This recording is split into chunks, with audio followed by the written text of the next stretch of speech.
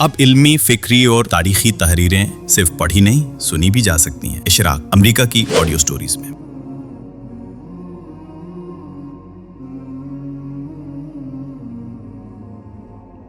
اخلاقیات کی 5 حرمتیں۔ سورہ اعراف کی آیت 33 سے واضح ہے کہ اخلاقیات کے دائرے میں شریعت نے کل 5 چیزوں کو حرام ٹھہرایا ہے۔ ارشاد ہے، کہہ دو میرے پروردگار نے تو صرف فواحش کو حرام کیا ہے، خواہ وہ کھلے ہوں یا چھپے، اور حق تلفی اور ناحق زیادتی کو حرام کیا ہے، اور اس کو کہ تم اللہ کے ساتھ کسی کو شریک ٹھہراؤ جس کے لیے اس نے کوئی سند نازل نہیں کی، اور اس کو کہ تم اللہ پر افترا کر کے کوئی ایسی بات کہو جسے تم نہیں جانتے۔ یہ 5 چیزیں فواحش، حق تلفی، ناحق زیادتی، شرک اور اللہ پر جھوٹ باندھنا ہیں۔ فواحش سے مراد وہ کام ہیں جنہیں انسانی فطرت برائی سمجھتی ہے، اور انسانوں کا اجتماعی ضمیر جن کی شناعت پر متفق ہے۔ زنا، اغلام، وطئ بہائم اور ان جیسے جنسی بے راہ روی کے کام ان میں نمایاں ہیں۔ حق تلفی سے مراد وہ عمل ہے جس کے نتیجے میں حقدار حق سے محروم ہو جائے یا مستحق کا استحقاق مجروح ہو جائے۔ یہی وہ مفہوم ہے جس کے لیے آیت میں الاسم کا لفظ آیا ہے۔ ناحق زیادتی یہ ہے کہ انسان دوسروں کے حقوق میں مداخلت کرے یا ان کی بجا آوری سے انحراف کا رویہ اختیار کرے۔ اسی سے ظلم و زیادتی، سرکشی و بغاوت اور ضد اور ہٹ دھرمی کی صورتیں پیدا ہوتی ہیں۔ شرک یہ ہے کہ اللہ تعالیٰ کی ذات یا صفات یا اس کی تدبیر امور میں کسی کو حصہ دار سمجھا جائے۔ اللہ پر جھوٹ باندھنے کا مطلب یہ ہے کہ اللہ اور اس کے رسول کی سند کے بغیر کسی بات کو دین کے طور پر پیش کیا جائے۔ اسی کو اصطلاح میں بدعت سے تعبیر کیا جاتا ہے۔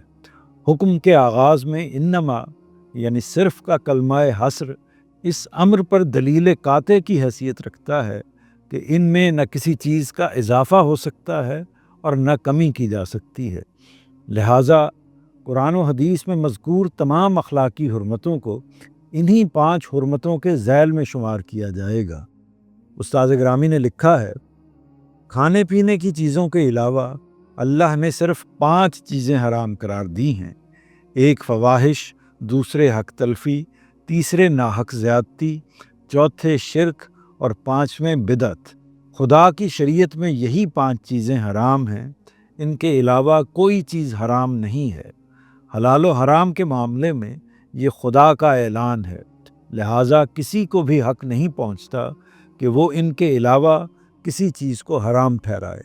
چنانچہ اب اگر کوئی چیز حرام ہوگی تو اسی وقت ہوگی جب ان میں سے کوئی چیز اس میں پائی جائے گی۔ روایتیں، آثار، حدیثیں اور پچھلے صحیفوں کے بیانات سب قرآن کے اسی ارشاد کی روشنی میں سمجھے جائیں گے۔ اس سے ہٹ کر یا اس کے خلاف کوئی چیز بھی قابل قبول نہ ہوگی۔ البیان جلد 2 صفحہ 150 تا 151۔ ان حرمتوں کے فہم اور اطلاق کے حوالے سے چند باتوں کو ملحوظ رکھنا ضروری ہے۔ ایک یہ کہ فواحش، حق تلفی، ناحق زیادتی، شرک اور افتراء علی اللہ کے الفاظ ہی سے واضح ہے کہ یہ مفرد اور متعین جرائم نہیں ہیں، یہ ان کے کلیات یا اصولی انواع ہیں۔ ان میں ہر ایک کے تحت کثیر مجرمانہ اعمال شمار ہو سکتے ہیں۔ ہر نوع شناعت کا الگ پہلو رکھتی ہے۔ شناعت کے یہی پہلو وہ علتیں یا حقیقتیں ہیں جو اصلاً حرام ہیں، چنانچہ یہ جب کسی عمل میں شامل ہوتے ہیں تو اسے محرمات کے دائرے میں داخل کر دیتے ہیں۔ ان میں سے ہر ایک کا فرداً متعین ہونا اور بطور اصول واضح ہونا ضروری ہے تاکہ لوگ انہیں الگ الگ پہچان سکیں اور ان کی شناعت کی حقیقت سے آگاہ ہو کر مختلف اعمال پر ان کا اطلاق کر سکیں۔ دوسرے یہ کہ بعض جرائم ایسے ہو سکتے ہیں جو ان میں سے مختلف انواع کے تحت بیک وقت شمار ہو سکیں۔ یہ چیز درجہ بندی میں مانع نہیں ہے۔ ایسے مرکب جرائم اپنے نتائج و اثرات کے اعتبار سے زیادہ سنگین متصور ہوں گے۔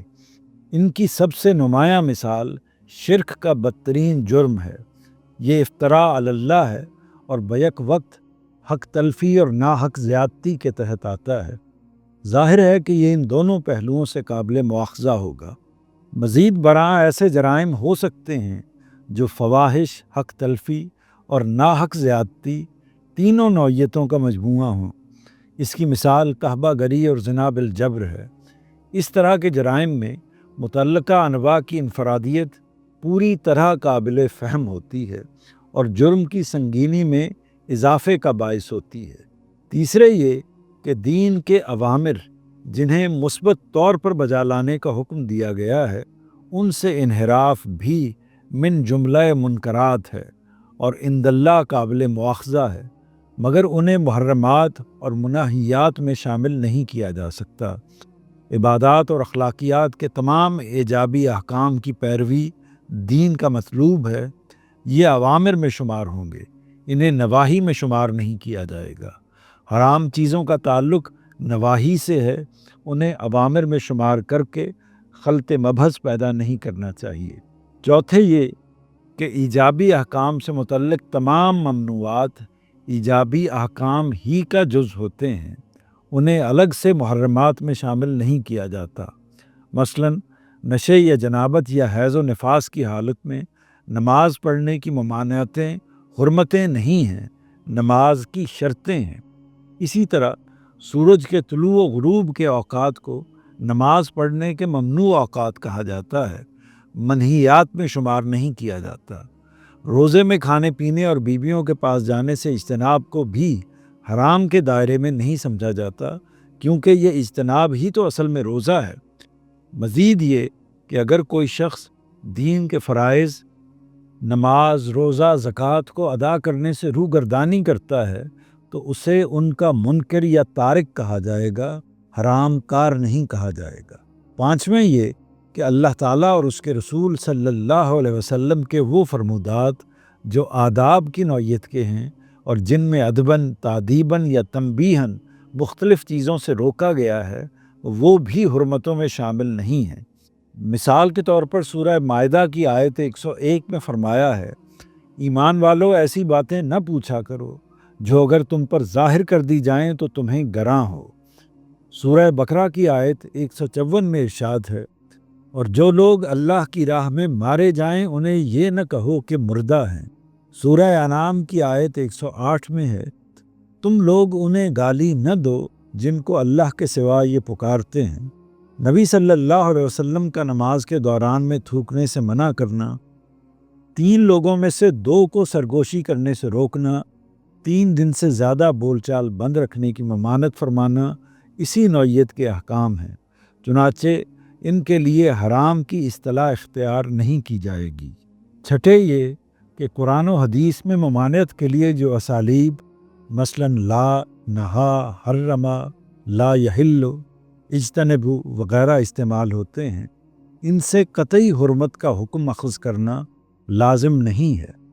ان میں سے بعض محض تنبیہ کی غرض سے، بعض تہذیب اخلاق کے لیے، بعض سد ذریعہ کے طور پر اور بعض قطعی حرمت کے لیے آتے ہیں۔ ان کے منشا کا تعین معاملے کی نوعیت اور دین کے عرف کی بنا پر کیا جاتا ہے۔